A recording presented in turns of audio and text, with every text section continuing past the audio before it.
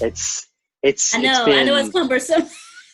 it's been insane. It's been really like unprecedented for us in terms of like what's going on out there. Our call volume is through the roof. We can't help Sure.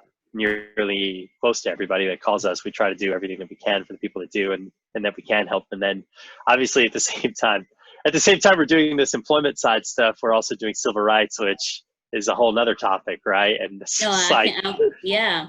having an employment and civil rights firm in 2020 is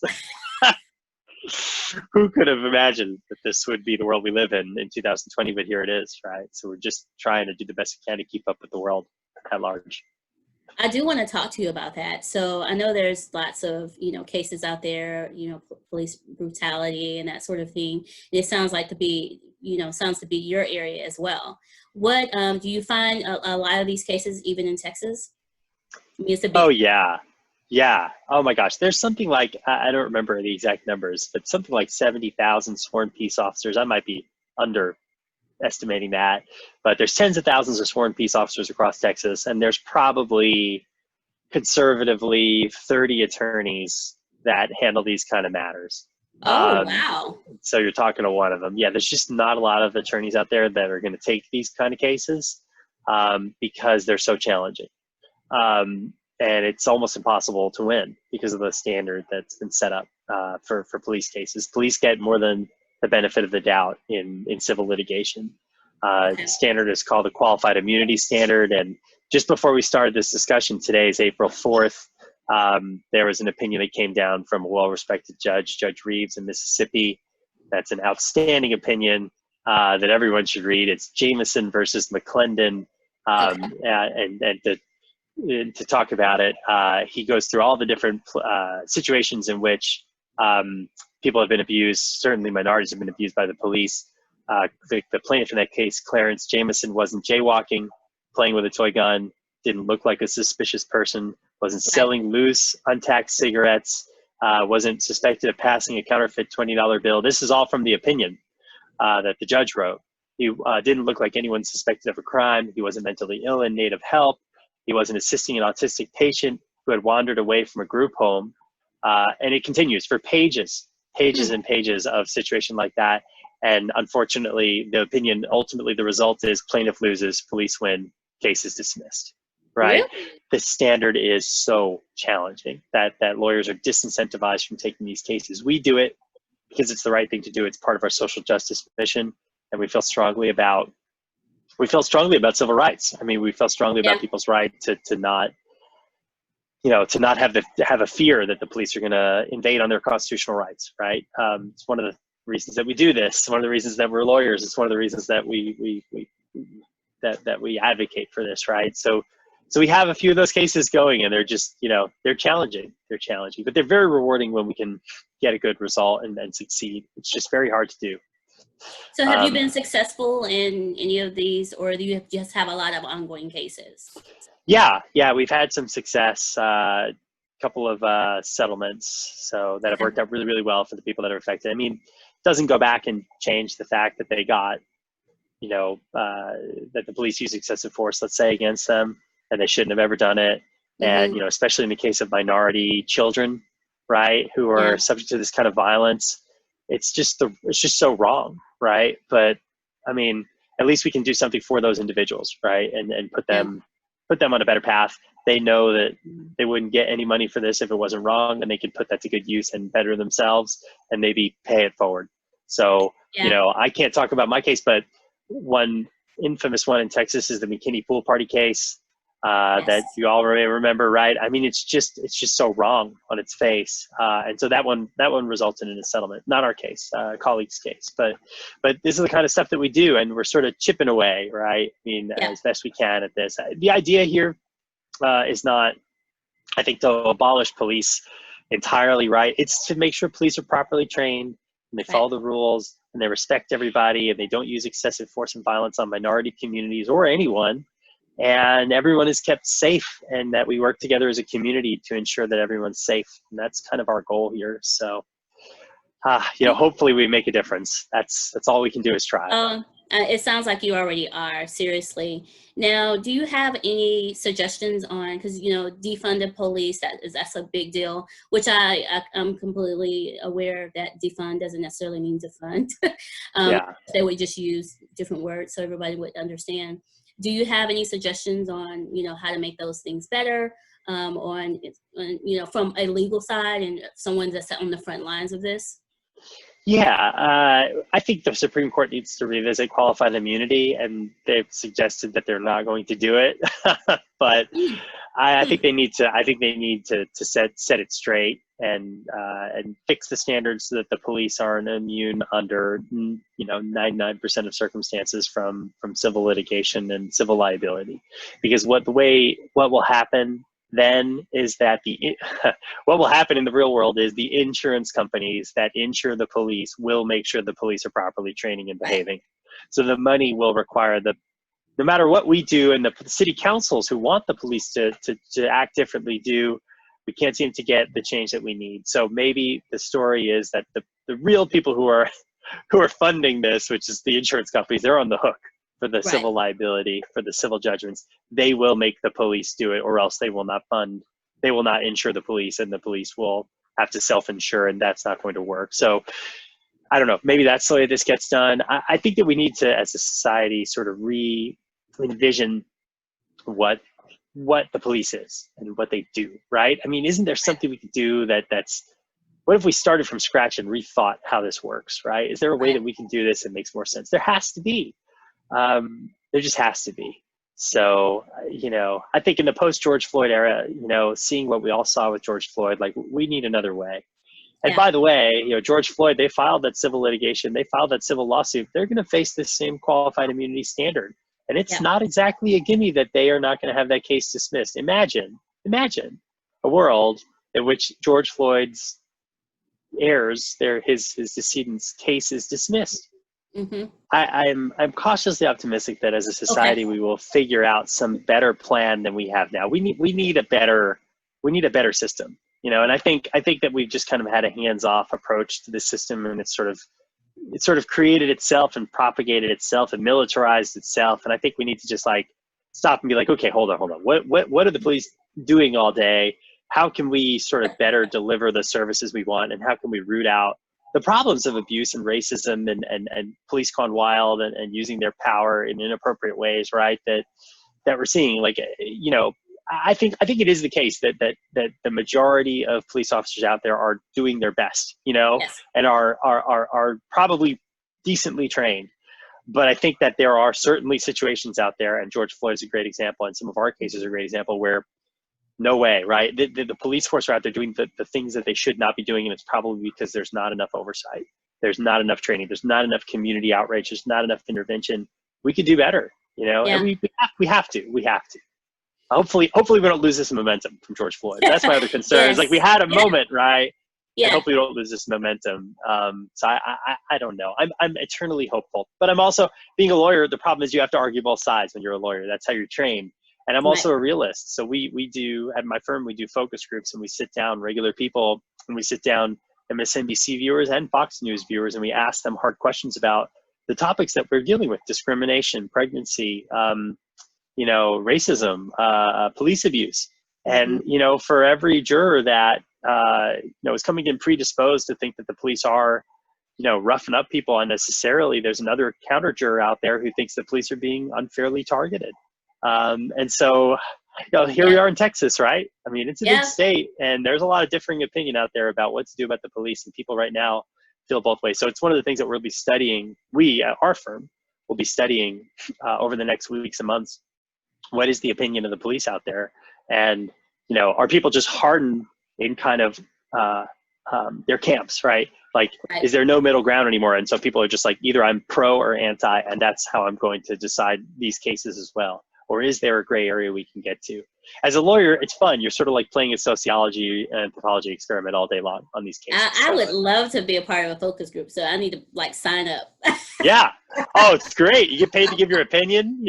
In the police cases, there's always a video. You can pop popcorn. You can watch a terrible thing happen to somebody, and then say whether or not you think it's excusable. Oh my goodness. Right.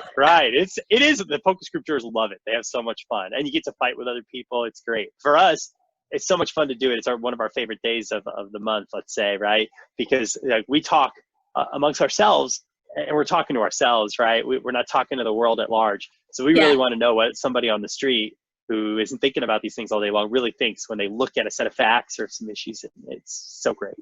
I don't know. I guess I'm optimistic about this. I feel like we could do better. But I do know, and I have to be fair, and maybe some people that watch this, hey, I got a family member that's an officer, and that person's a good person, and they try hard.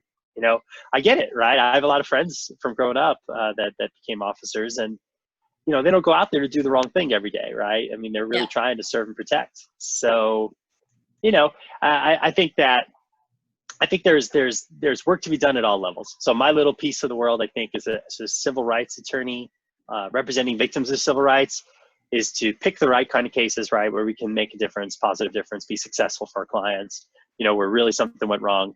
And it doesn't have to be a cause of death, right? It could just be something just wrong, a constitutional violation, entry without a warrant, things like that. And do our best to put the cases together and make the point, like, hey, we're going to hold departments accountable, right? And that means y'all are going to have to proactively stop this from happening in the future so that we all don't get our rights violated, and maybe we can all work together and live in a better, safer world for everybody. The officers included, by the way, in my opinion. They're out there listening, right? If they're out there watching this podcast. I almost feel like one of the great things about the George Floyd situation is that chiefs of police and officers all across the country almost immediately came out and said, that was wrong. I watched that. That was wrong. I disavow that. We would never do something like that. That is not us, right? That was huge. That was probably one of the biggest distinctions to me. I mean, tons about George Floyd was distinct and other stuff, but that really stood out to me because I felt like that's an important discussion that never happens. There's always like this idea that like we're going to back the blue and we're going to double down, right? And we're a club on this, and this was not that. So I thought, right. So I thought, okay, cool. Like, this is the point, right? I mean, you can be supportive of other officers, but also be like, but not in situations where you're doing something wrong like this, right? We need to disavow ourselves of that so that we can tell who's doing something wrong. Because otherwise, how can you tell if someone's doing something wrong if everyone's presumed to be doing it right? Anyway, it's like it's like Rodney King to all here. I mean, it's nothing's changed in between. I think everyone's really fed up, and it's good to have people advocating for social justice for sure. So we appreciate you. Now I want you to brag about yourself a bit.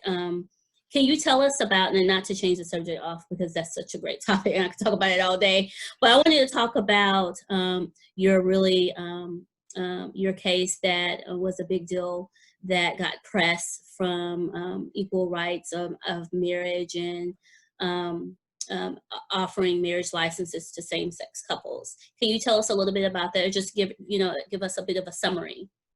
Yeah, absolutely. So in June of 2015, the United States Supreme Court issued a watershed opinion, Obergefell versus Hodges, that for the first time ever established the right of gay couples to get married across the United States. Huge, amazing opinion written by Justice Kennedy, maybe even a surprise opinion at the time. And so we're, those of us who believe in rights and believe that people should have that right are celebrating this. And then unfortunately, the Attorney General of Texas basically issued a statement to county clerks casting doubt on whether or not they should follow the Supreme Court's opinion and issue the licenses. And so it became immediately apparent that there was going to be kind of like an organized or semi-organized effort to undercut this right.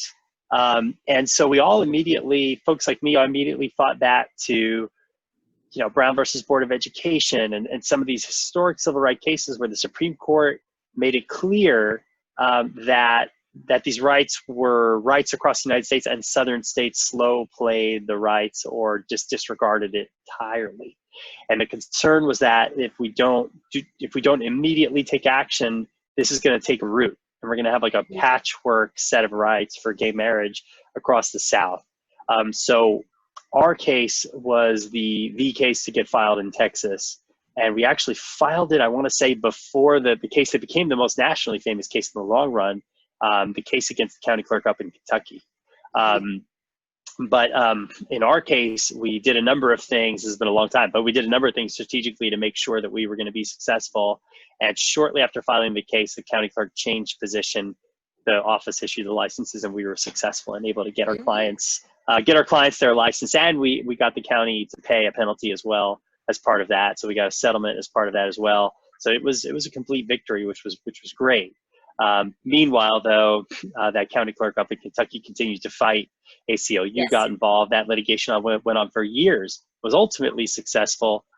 Our concern, and the reason we moved so quickly, and the reason we thought it was so important, I think, was that, if there's a rising tide of noncompliance and nobody holds them to account, then no one will hold them to account, and we really won't have the right, and the right won't take hold. Because what happens with civil rights and any sort of normalization of rights is, once they take hold, they never go away. You have the right, and it becomes, that's your right, right? You can't take a right.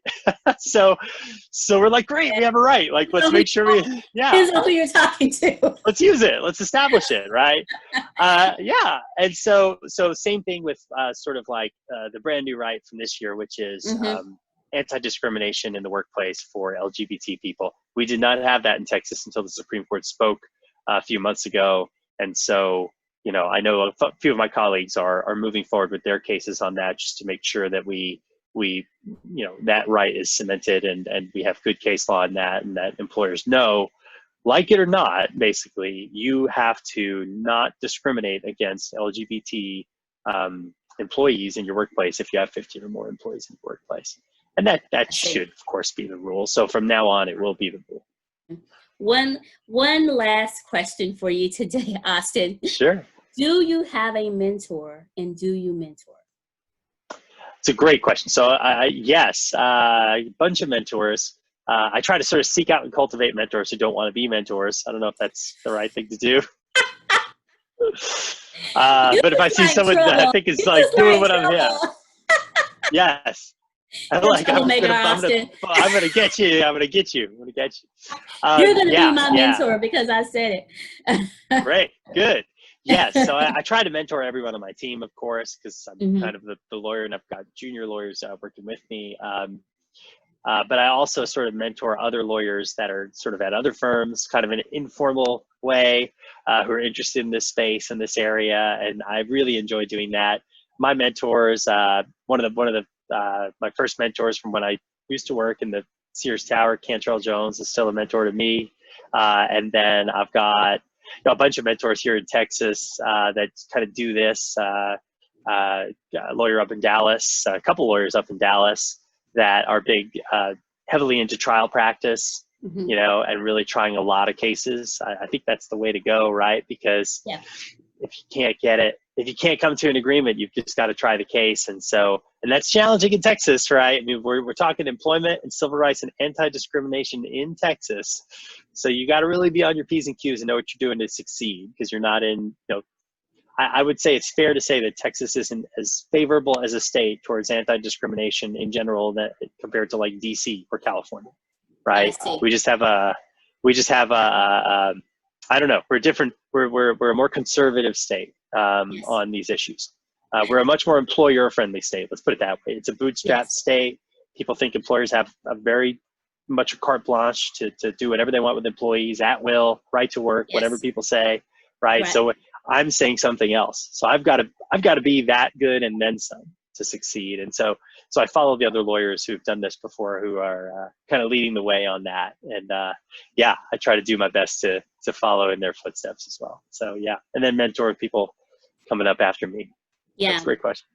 I love to have people talk about their mentorship, and just to see how valuable it is for their careers, because I try to advise people to find them a mentor and to grab someone, and even if they're not willing to mentor them directly, to just kind of watch them, watch what people are doing, follow them, see what they're about, and emulate, because sometimes that's the next best thing, Oh yeah. Actually, mentorship in the age of Zoom is easier than ever. You can just be like, we got to Zoom right now, and just bother your mentor like crazy. Text her, right? Get on a Zoom with her. This is true. This is true. Just do it. It's like you can get face to face with no friction now. It's like I think we're just at the tip of the iceberg for how cool this is going to be, potentially for employees, and for people's careers. Like if you're leveraging this cool moment where you can get anybody really easily in front of your face, like do it, go do it, get it. The worst thing they say is no, but you can just But that's your flexible mind. But you as a recruiter, you see so many employers that are very untrustworthy of their employees. And the traditional sake of seeing them to arrive at work every day. That's the mentality of a lot of workplaces, is that being absent or not seeing someone actually in action working is a very nervous space. And so it is difficult for people to not have them arrive at a place every day for them to see you.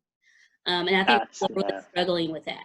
And I love this topic. I've spent a lot of time like reading on this because we are now a fully remote team. We're an active litigation shop. We're being overwhelmed by by requests to help, and it has worked way better than my wildest dreams. And so I think what's going to happen if this continues, and it looks like it will, is that managers will be forced to manage by actual performance, by productivity, as opposed to just butts and seats. Right. And so that old way of like, I want to see you until 5:15. So I know you really care. If you get that work done by 4, you're golden. And it's actually, interestingly, it's a potentially anti-discriminatory management style. It's potentially, aligns with what we're trying to do here on our goals, because, if the best performers, regardless of race, age, gender, sexuality, sexual preference, pregnancy, etc., but if the best performers are performing, then they may not be able to sit their butt in the seat until 5:15 because they have childcare responsibilities, but who cares?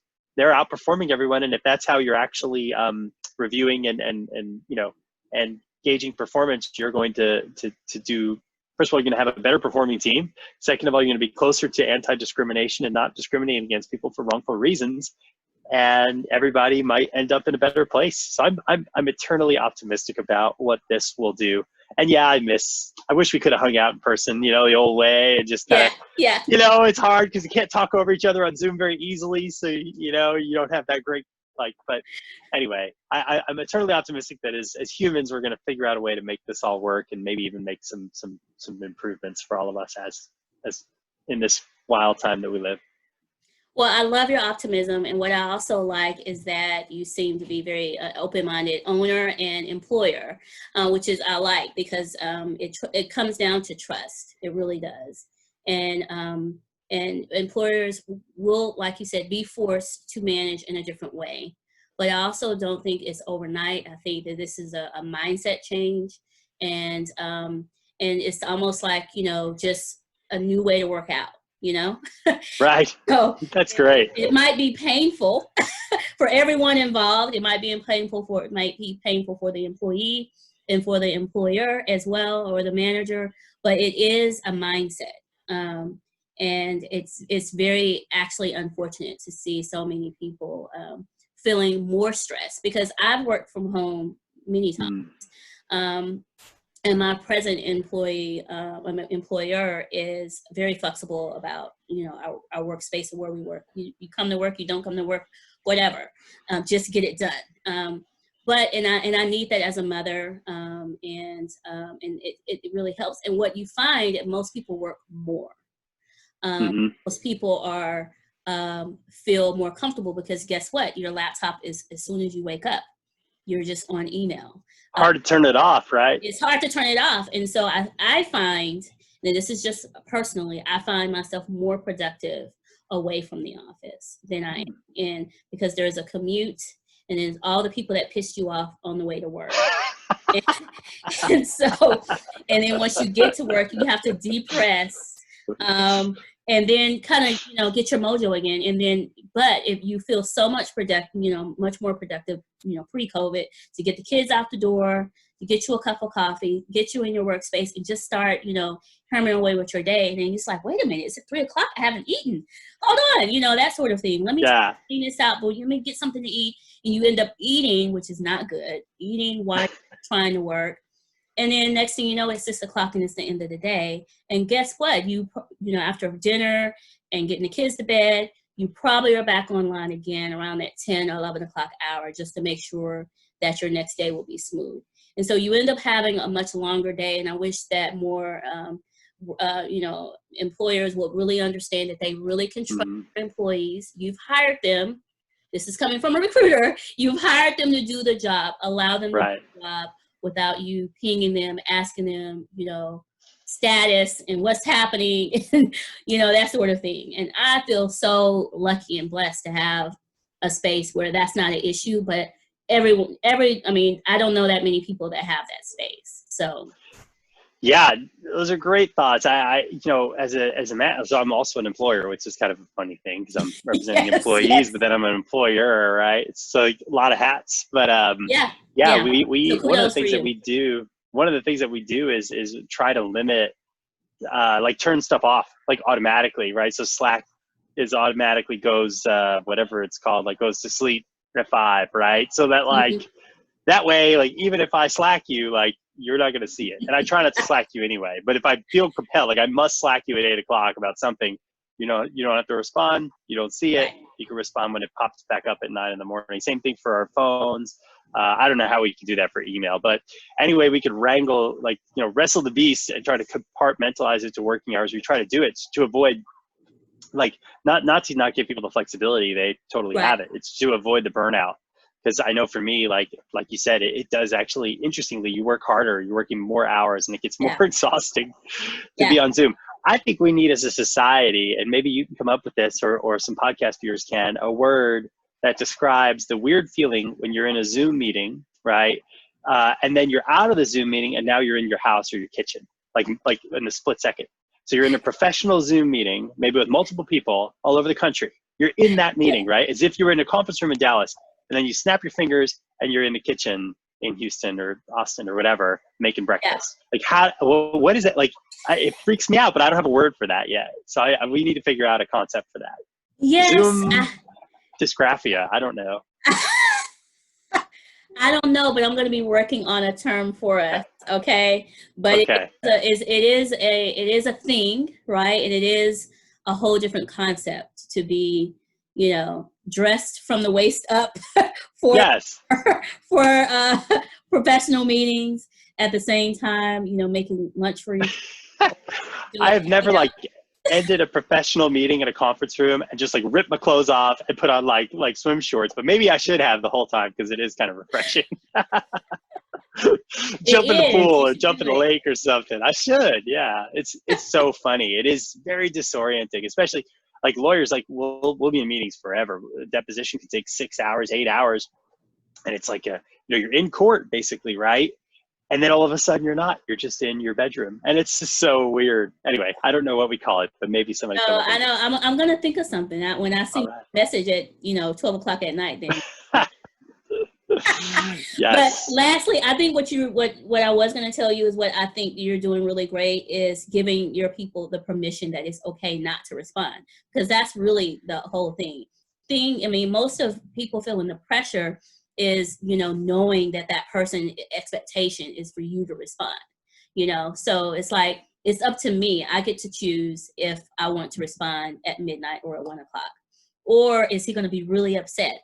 So I think, kudos for you guys, and, be trendsetters and show people how, how it should be, but it's difficult these days for sure.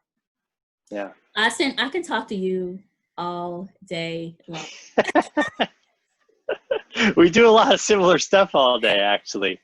We're dealing with people changing their jobs. We're dealing with people at a pivot. We're dealing with lives, dealing with families, right? Yeah. At the end of the day, you're really trying to help people, which is what, which is one of the reasons why I started the podcast. People tend to call and ask for advice, no different from you all the time.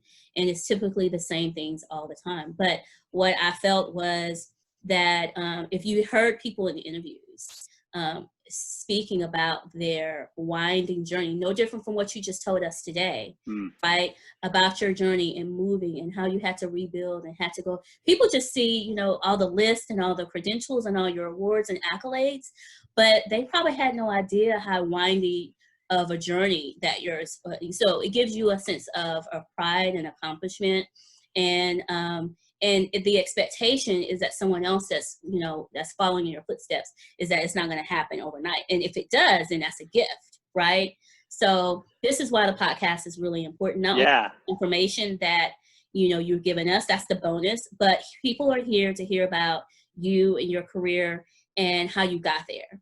And so that is why I created the podcast, because I think people should hear more about what it takes and the effort and the time that it takes people to build their careers. We do our little thing and do whatever we can. I would say this, for people that want to do something like this, or just like want to head into like a very small subset of the world, like this is a hard place to be, what I do, because it's hard to succeed, you know, for a number of different reasons, and still be able to practice this. Find some people that are doing what you want to do 10 years from now and make them your mentors, especially now on Zoom, and just slowly work towards it. You know, I had some jobs, some of those early jobs were, especially when I first came to Austin, were work. I mean, I was showing up at work and working, and I was not, you know, necessarily the happiest person in the world. I was a very different person when I was done with work than when I was at work. That is no longer the case, right? And I think that, you know, ideally, if you're doing something you really love and making a difference, it doesn't really feel like work most of the day, right? Still some of the day, unfortunately. I still got to deal with the accountants, and I got to do this and that. You know, there's still work involved. But, you know, overall, it's a much happier picture. But I would say, don't get frustrated, don't give up. Just keep heading in that direction. You'll get there eventually. It took a while, especially in law, kind of career that takes, you know, it's incremental growth. You just have to be patient with it and sort of put in some time and just keep your eye on the prize of where you want to be and just keep moving in that direction. I'm still doing it. You know, I'm not, you know, I think there's still so much more that I would like to do and so much more I'd like to be in this position. So I'm still sort of working on it. But yeah, that's the best advice I would give to anybody else in a pivot point, as we say, in their careers, trying to decide what they want to do next, what they want to be when they grow up. You know, just, think about what wouldn't be work for you and head in that direction. And do you have a what's next for you? Do you know what's in the horizon? Yeah, we're what's next is some bigger picture impact stuff. So some bigger impact stuff that's in the hopper to try to really make a difference for some people on a broader scale than a one-on-one relationship. So I love the one-on-one work, but we're also going to try to do a little bit broader work and do a little bit more of help more people with the same or similar resources. We'll see how we do. I'm sure you're going to be great. This is so awesome. Thank you so much, Austin. You are Thank you. Thanks for coming to Cool Careers. I really appreciate you, and we'll talk again soon. Thank you. Loved it. Bye-bye. Bye.